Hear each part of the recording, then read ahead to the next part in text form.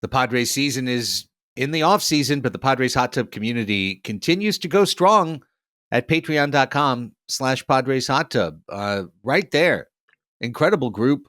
I looked, and over the last 30 days, we've still gained followers through the playoffs. So thanks to everybody who has stuck around. And for anybody who hasn't made, Chris and Rafe, I met one of them when I was opening doors last Monday at St. Martin's doing my volunteer work. The kids pull up and you open the doors, and a guy walked past me and he goes, "Hey, you know what? Think I'm going to sign up this week. I've been waiting for the right time financially to sign up, but I think now's the right time." And I said, "Great, man. Welcome aboard. Patreon.com/Padres hot tub." All season long, we're talking Padres, right? We're talking about lineups. We're talking about people who should have maybe tried a little harder to make a catch. We're talking about all that fun stuff. We're here in the off season, and the talking hasn't stopped. I wake up every morning, log on to Discord, and there's something engaging, something to go with. I had a doctor give me medical advice. You may not have the same results, but try Padres Hot Tub Discord. Side effects may include lasting friendships and pure joy. We also had our first group therapy show on Thursday of the off season, and group therapy. Some of you who listened to the show on the free feed got a 3-minute preview of it. I think I put on 2 minutes or 3 minutes or something. And then I had a little thing of my voice saying that this is now a patron exclusive podcast, because basically this show you're listening to right now, this is now the free show. We will do this show once a week. We will always post up. This will always be available to you. Our group therapy shows are going to be patron only from now on. We like having the ability to be open and free in the community, and everyone's quite comfortable with each other there. And, after the Game 5 loss of the NLDS, that podcast was decided to be patron only. And we just kind of thought, why don't we just do this going forward? It created such an open environment. And so we want to have you join us. We want to hear from you. So patreon.com/Padres hot tub, just $5 gets you in the door. Patreon.com/Padres hot tub. That's the last time we'll say it. Let's do the show.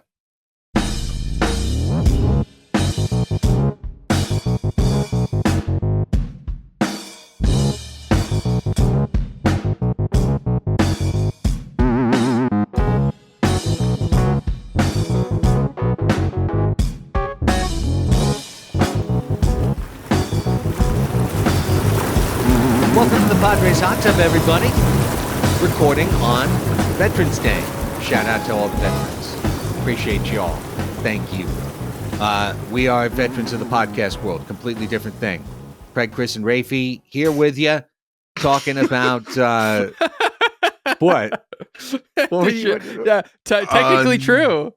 The 11th hour of the 11th day of the 11th month, Padres Hot Tub was born in a Chase Bank in Mesa. We will fight them in the comment sections, on the Reddit service, on the YouTube threads. We shall shit post on Twitter, even though it is shit. Oh, my Lord. Okay. Yes, absolutely. So this will be a reasonably focused show, I think. There's one big thing to talk about. There's one thing to celebrate, and there's a couple other things that we can nick up and mark up and move along. And that's what we're going to do on today's program. It's an off-season show. Roki Sasaki is coming to the major leagues. Mm-hmm. On that, if you listened to the ad we did today, if you're listening to this on the regular feed, you didn't have to. We mentioned a group therapy show that was for patrons only. On that show, we were asked a pipe dream free agent to bring to the Padres, and my answer was Roki Sasaki. Well, the pipe dream is actually the most realistic dream of all. It's very unrealistic that Blake Snell will be a Padre. It's impossible that Juan Soto will be a Padre. But Roki Sasaki could be a Padre. He absolutely could be a San Diego Padre. Or he could, sign a minor league deal with the Dodgers so that they could have another superstar that they pay no money to. But he could be a Padre, and it's real, and I don't think it's hopium, copium, or opium, or any of the ums. It's just a yummy idea that Roki Sasaki could pick San Diego and has real reasons to pick San Diego. Yeah, how this process worked, we talked about it a little bit on the group therapy. Is Roki Sasaki, because he comes from Japan and did not play how many years he needed to, which I think is 6, in order to transfer to Major League Baseball as just a standard free agent and enter the free agent pool, just like Yamamoto did last year, or Kodai Senga, or Shota Imanaga. All those guys came over and they were just straight up free agents because they had played 6 years in Japan. Roki hasn't done that, still a young guy, so he has to join the league as an international amateur free agent. That's the same bonus pool that we paid Ethan Salas out of, or Leo DeVries this go around. So it's capped at around $4.5 to $7 million, and that's as much money as he can possibly make signing with a Major League Baseball team. I'm not sure, are we just taking for granted that everyone knows who Roki Sasaki is? Because if people aren't aware, Roki Sasaki is like the Paul Skeens of Japan, or Great analogy. or the pitcher version of Bryce Harper, maybe. Are they not the same of age? Paul Skeens, 23? Yeah, they're 20. Yeah, he's 23. Yeah. And this was a guy who but I'm talking, I almost feel like Bryce Harper, but a pitcher is almost a better comp because of the way Harper was hyped up when he was in high school and was on the cover of Sports Illustrated and everything like that. Like, Roki Sasaki was throwing 100 miles an hour in high school, and was kind of his nickname, by the way, is the monster of the Reiwa era, which the Reiwa era is what the current emperor of Japan. Every Japanese emperor has an era. So I wondered what that was. I didn't know what it was. It's a direct reference to Daisuke Matsuzaka, whose nickname was the monster of the Heisei era. And so Roki Sasaki is almost like the next, he is the Gen Z era, the next, I thought Daisuke's nickname was Daisuke. Well, yes. I suppose that's true. I should have said it's like Daisuke Matsuzaka's nickname, the monster of the Heisei era, or his American nickname, which is just Daisuke. They really just took out one syllable and said, "That's good. You're good, man." So anyway, so Roki Sasaki is he's really good. He's pitched 400 and something innings, 414 innings, I think. He's in that time has a 2.10 career ERA, 500 strikeouts over those 2-3 years of his career. He's a monster. He's won their Cy Young. Yeah. He's pitched a perfect game. How many strikeouts did he throw? The number's too big for me to remember. Gosh. I think it was 16. It might have been 18. I might be shortchanging him. The dude threw over 15 strikeouts in a perfect game, as a wee little baby.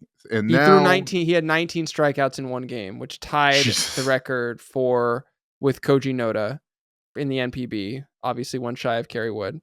And monster. He's a monster. He's probably the best single pitcher to come out of Japan on pure stuff ability. So anyway, and just like Shohei, he's going to have to come over and be super cheap for 6 years.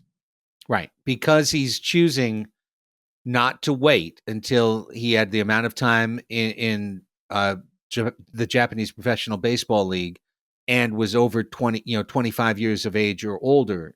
He must come over as an international free agent. So this is the hook. There's 2 hooks upon which I am hanging my hope for this, and I have real hope. Real hope. The first is that clearly Roki Sasaki is not being dominated by the thoughts of his financial well-being.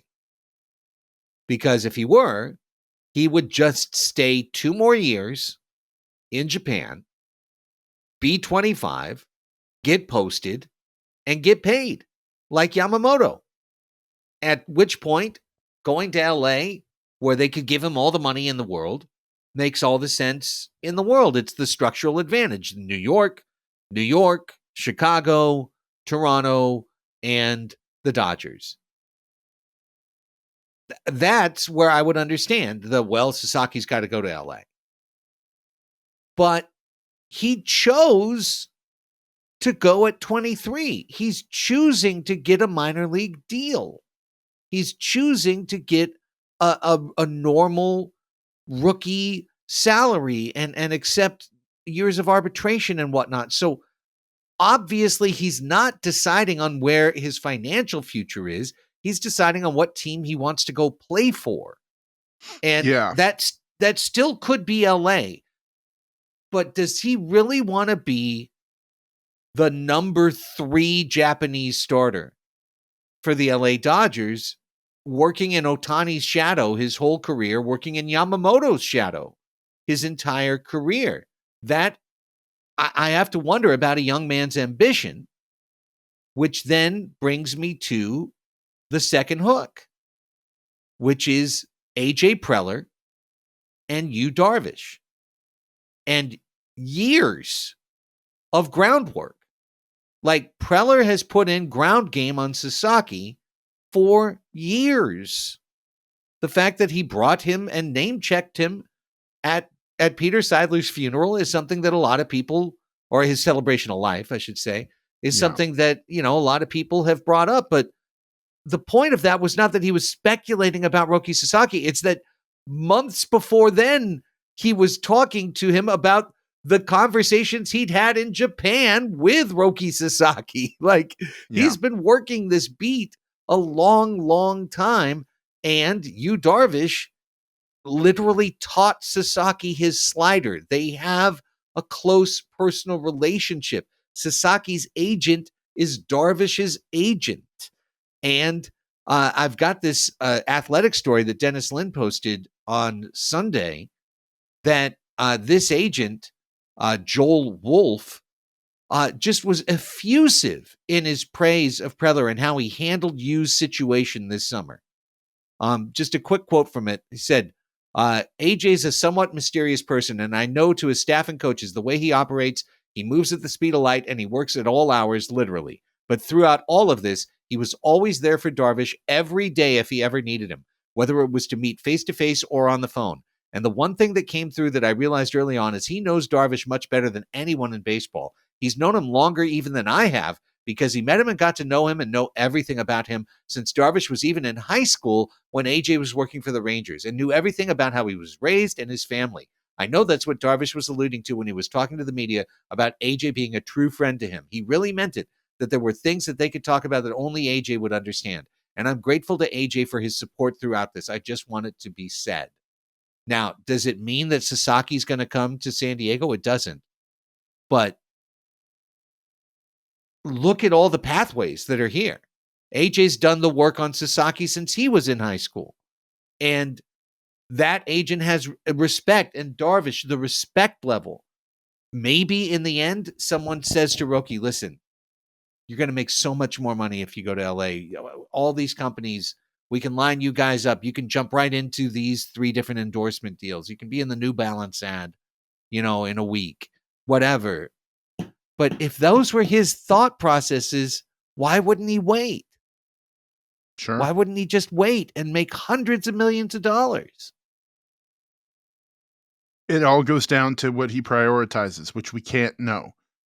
We do know that AJ Preller is not the only GM that has been on Roki Sasaki his entire life, basically.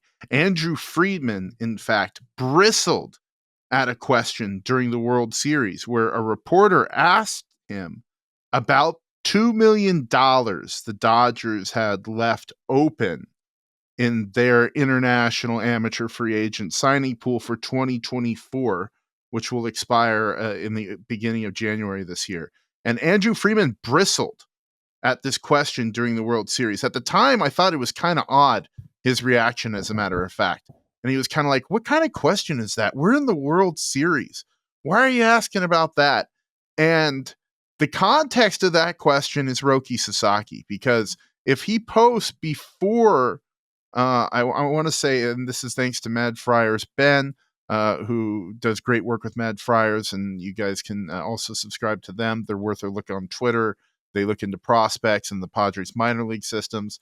He had posted that he heard an interview with Baseball America's JJ Cooper, and Cooper said that if he posts before January 5th, I want to say, he's almost guaranteed to be a Dodger because nobody else has international free agent money at all. Like, it's all gone. The Dodgers have this $2 million that Freeman was asked about during the World Series. And if Sasaki posts after that, then it's kind of, we get into the open game of it being where the Padres are, if not a favorite, have as good of a chance as anybody. Okay, so that's what we're looking for. December 4th, line of demarcation. Let me make sure it's on our Patreon, and this is all courtesy of Ben. So whatever the deadline, whenever that calendar flips over for international amateur free agent money. Yeah, that's what I'm looking at it right here. Yeah, it says, listening to the BA podcast, JJ Cooper says if Roki is posted before December 4th, he's a Dodger. December After 4th. that, good chance he signs with another team. So not January. So what we about have if even he's less of a posted wait on the 4th? I heard before and Ooh. after, but it is the 4th, which he this could becomes be a very- Utah Jazz if he's posted on the 4th. Point guard. That's funny.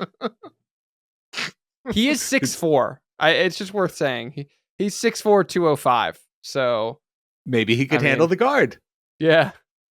Like, Roki, if you're listening, I just want to make the personal appeal. Like, the playing for the winner ain't always it. Like, signing up for the dream team, it's been done before, man. And sometimes, yeah, you win the championship, but all your contemporaries, all your peers know what you did. And all the fans, they have a favorite. The Dodgers already have a team full of not just superstars, but of like peers of yours.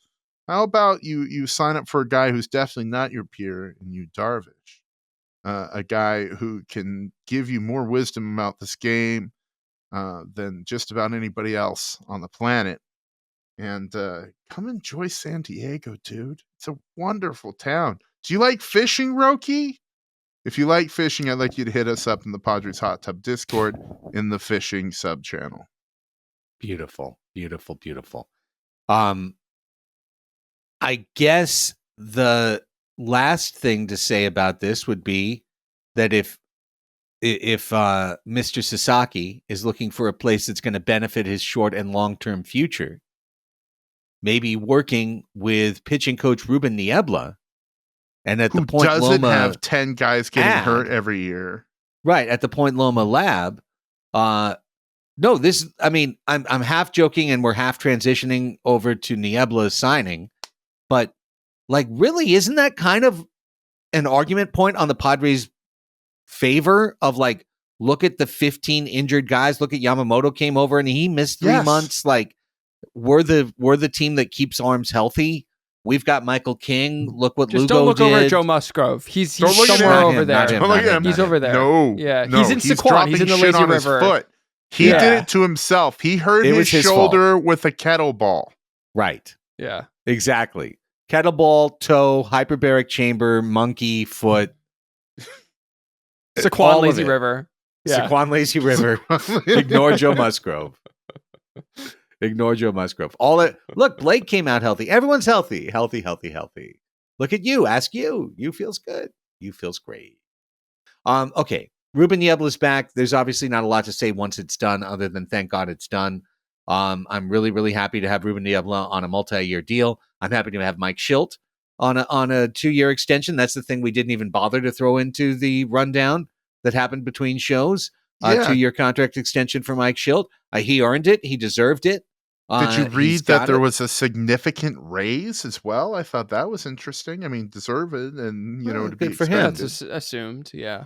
Yeah. Yeah, I mean he's earned it. I assume Victor Rodriguez will be brought back as well. Ben Fritz, the whole staff is going to be brought back. And I think they've all earned that. And I wish them great success going forward. But of all of them, Niebla was the one that was a deal breaker for me. Like, you got to keep Ruben Niebla. So I'm really happy. I think he gives you the opportunity to transition more relievers into starters. What if Brian Hoeing can pitch 155 innings for the San Diego Padres next year? All of a sudden, you don't have to spend $25 million a year on some starter in the market. Maybe he can help Sasaki not get Tommy John surgery, because that's one of the things I've read is like, this kid, he's had problems. He's going to have Tommy John surgery. It's coming, and like, to be honest, if you knew that you were going to lose a year of his service, getting him for so cheap, you'd just go like, cool, all right.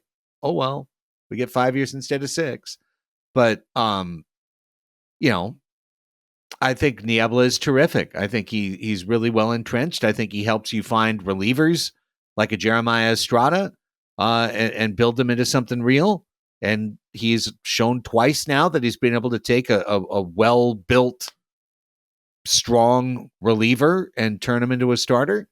And I'm psyched.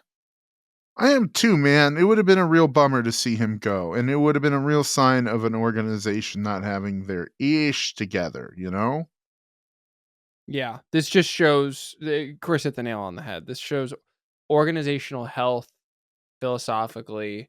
The idea that a coaching staff is trying to create some sort of alchemy, basically, in the clubhouse where the vibes are maintained, and so if you have that alchemical concoction recipe, whatever, right, don't mess with it.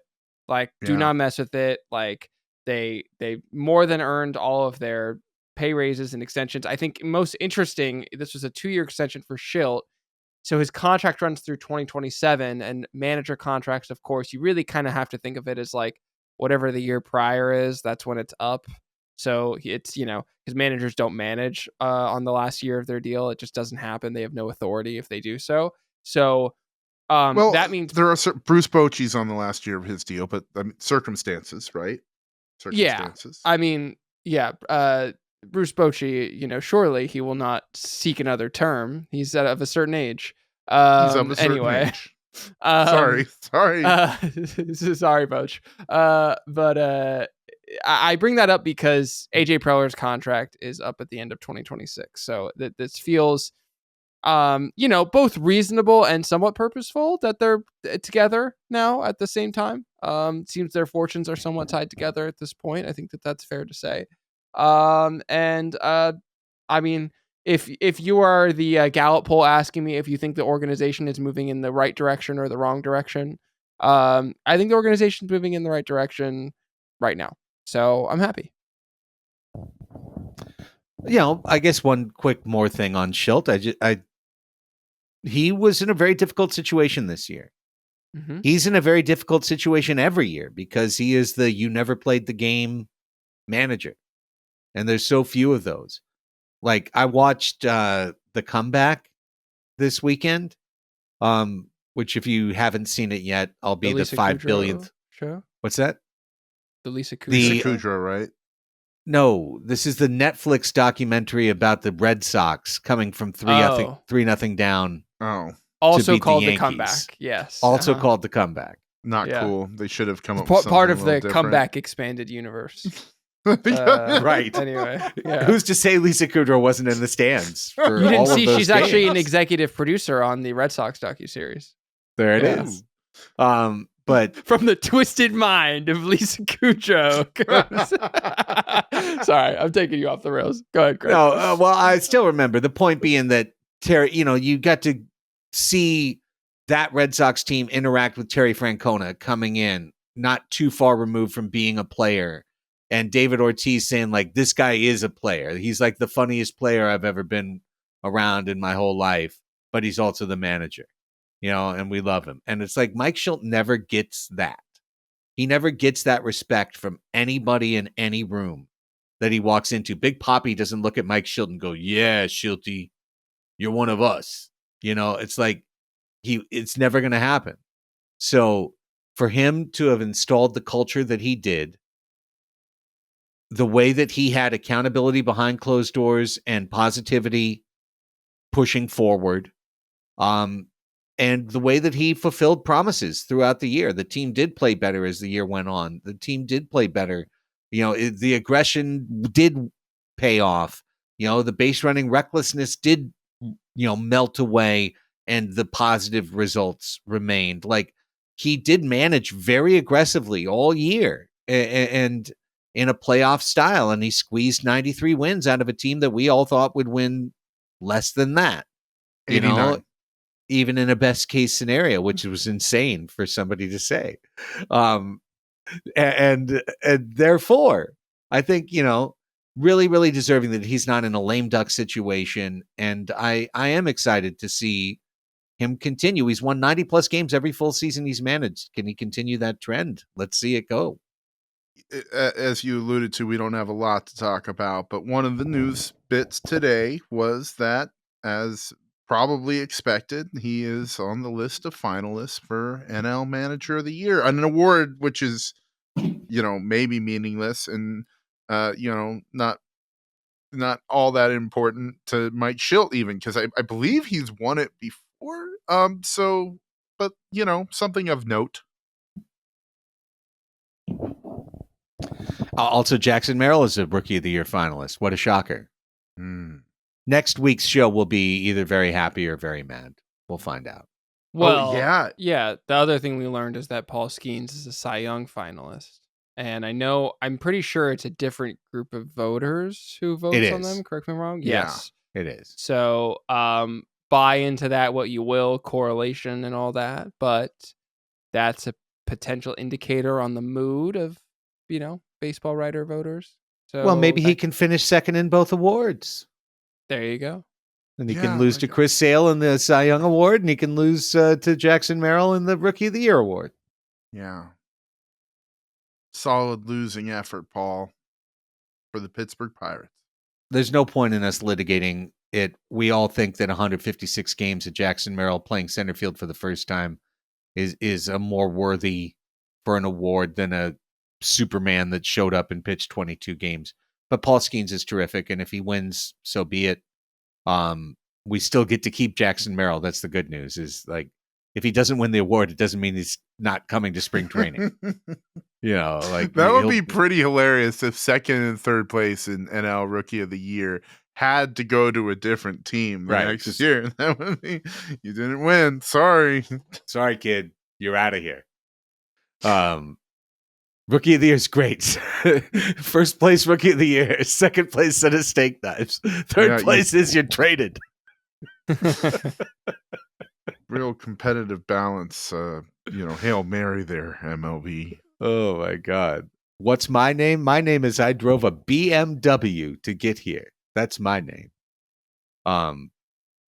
That's what that's what the commissioner says. Manfred. Anyways. Okay, last thing. Ethan Salas did well in the AFL. Leo DeVries did, and now he's in the Dominican League, and he just hit a homer tonight. Yeah. So it's kind of wild to see how many players just keep playing, like all year long. All year long, yeah. No little break. I mean, Eggy's in the Dominican, Turso's in Mexico. And I'd imagine is Fernando. Are we going to get into that point in the conversation? Are we at that off-season? No, get closer to the playoffs, right? He shows up at the end. He's one of those show up at the end kind of guys. I'm okay with that a lot more than I am okay with the going and playing the full session. Yeah. Well, plus, is he probably just resting his leg? I'm guessing he's resting his leg. But yeah, also he played a full season in playoffs, which he's never done. I mean, 2020. Yeah, I mean, it doesn't really count because it wasn't a full season. Not. So, you're right. Yeah, no, he's tired. He's chilling. He's got to record those Instagram videos of him like jumping off rocks and like snorkeling and shit. You know what I mean? Yeah, jump off rocks. That'll be good. Yeah. Him and Joe Musgrove holding kettlebells, jumping from boulder to boulder. Jumping from the back of one motorcycle to another motorcycle, like a P.T. Barnum act. Yeah. Eating crazy grubs. Yeah. Traveling to Antarctica. Throwing baseballs with penguins. Eggy Rosario. I feel like we've about squeezed the juice out of this lemon, but just to note that Eggy Rosario is out of options. Can we fit him on this team? Yes. Does he take Tyler Wade's job? He's our starting left fielder. What are you talking about? He's the starting pencil him into your starting 9 on the scorecard, man. What are you talking about? How quickly I forget. He's either on the team or he's traded in the offseason and playing somewhere where he gets more looks. Like Eggy's he has no options, but that's because he's been up in the MLB, the MLB. He's been up in MLB so much, he's a valuable guy who hasn't been able to show what he is. We still don't quite know what he is. What's insane is Luis Campusano still has another option, and Eggy doesn't. Like, that blew my mind. Poor Campy. Stay off the weed. If you're gonna hit the baseball, man, at least when you're thinking up your stances, stay off the weed. Yeah, that looked indica inspired. No, okay, this is so funny. So I just got this video game called Ghost of Tsushima, which is it's like Red Dead Redemption, but it's in feudal Japan. And they have all these different stances that your character can have. And I swear to God, I was like, that's the Campy stance right there. He's doing it. He's doing it. He got it, bro. I swear to God. Incredible. I mean, I think maybe he just takes Tyler Wade's spot next year. Can he do that super util? Or Donovan Solano's. Like, no, he can't be super util because he plays third base and second base and maybe left field, as we're hearing. Like, not a ton of positional versatility, not a ton of speed. Extremely a valuable bat, especially against lefties. He's got power, man. Like, the dude could hit 20 home runs. Like, I'm not speaking crazy talk here. For Tampa, not for us. Yeah, that's the thing. It would be in the right playing time circumstance. Like, we'll see. Like, they've got 2 of the same guy on the roster in Jacob Cronenworth and Luis Ariz, at least in that they're both left-handed hitters that play first base and second base.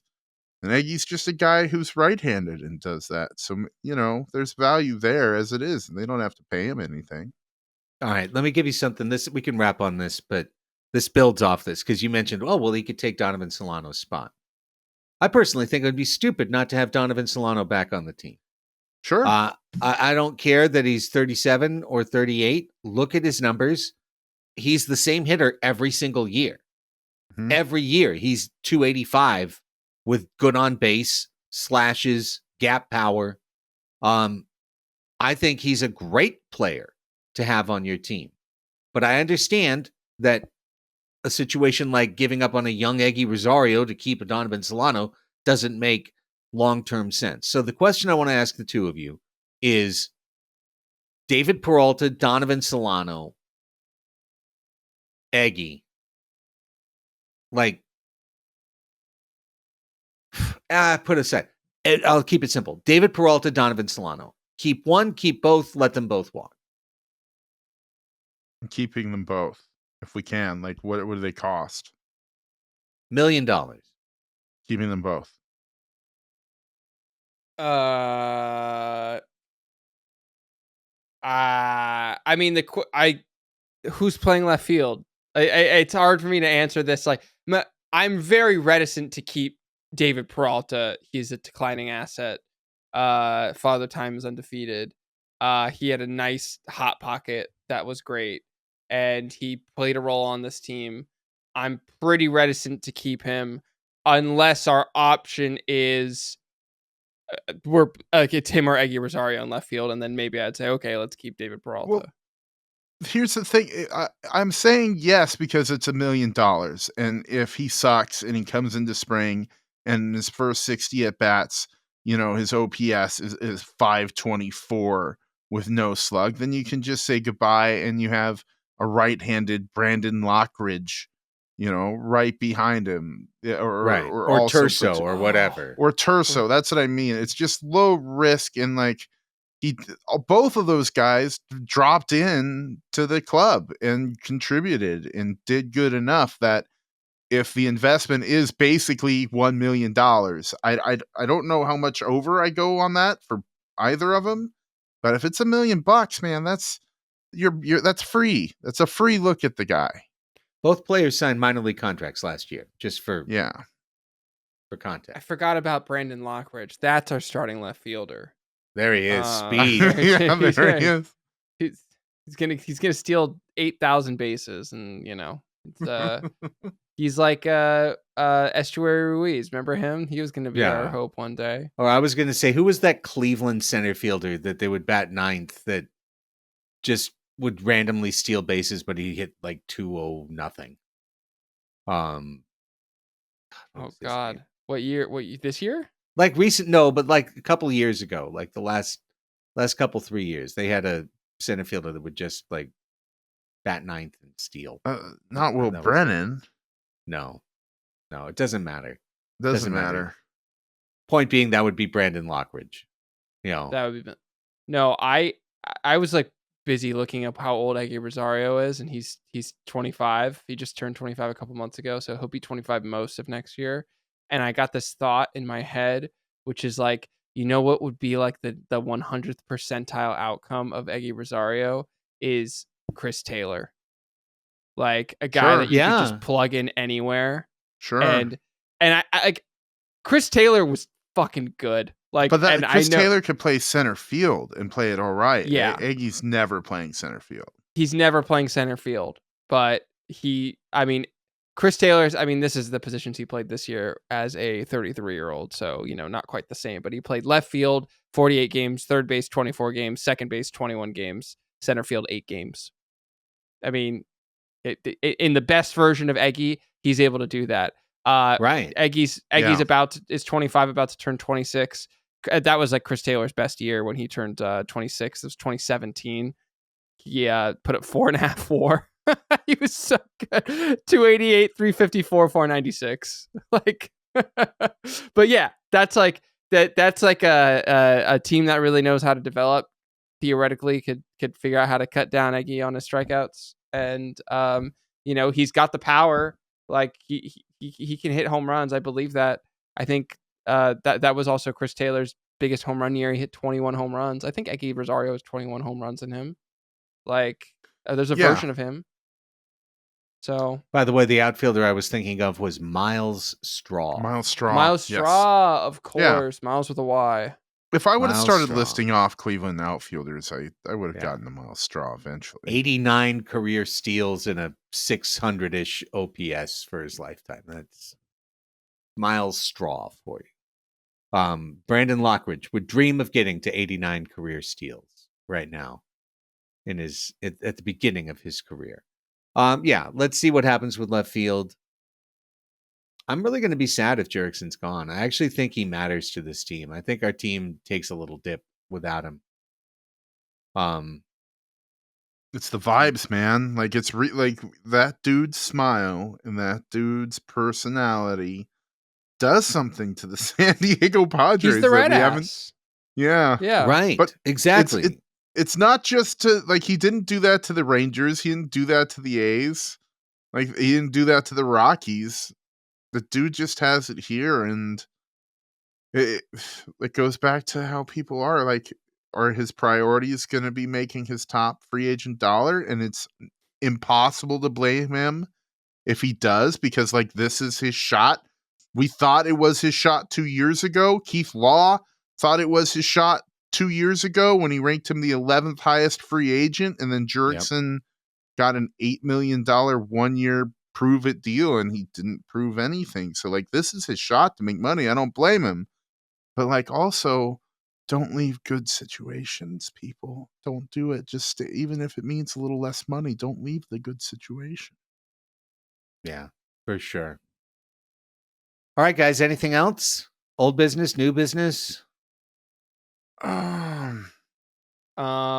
Rookie of the Year is a week from today. So the next time we talk, Right. we'll know who Rookie of the Year is. We'll know if we're We'll be getting a happy or draft mad. pick or not. And we'll know who that draft pick will be. No, Yeah. we won't. We won't know that. For our patrons, we did a really extra long banter tonight. So we might be a little on the shorter side for the show. Also, it's November 11th. Like, sorry, not much is happening. Yeah. But also, go listen to us on Banter. And if you're not a patron, you can listen to that podcast by becoming a patron. Patreon.com/Padres Hot Tub. And yeah, we're going to be back in a week with whatever else we can scrounge up over the course of this week. You know, hey, let's hope Roki Sasaki signs with us, and then we'll do 2 hours on that. We'll go crazy. We can do a Roki watch. I do also want to say that there is perhaps the final break of Padres Hot Tub breaks happening. We're going to do one more of those. So if you're in our Patreon, in our Discord, you can join us on a live break of baseball cards. Going to be doing amazing. That. All right. Well, patreon.com/Padres Hot Tub. If you want to learn more, learn more. We'll be back next week otherwise. And for Chris and Raphie, I'm Craig. Go Padres.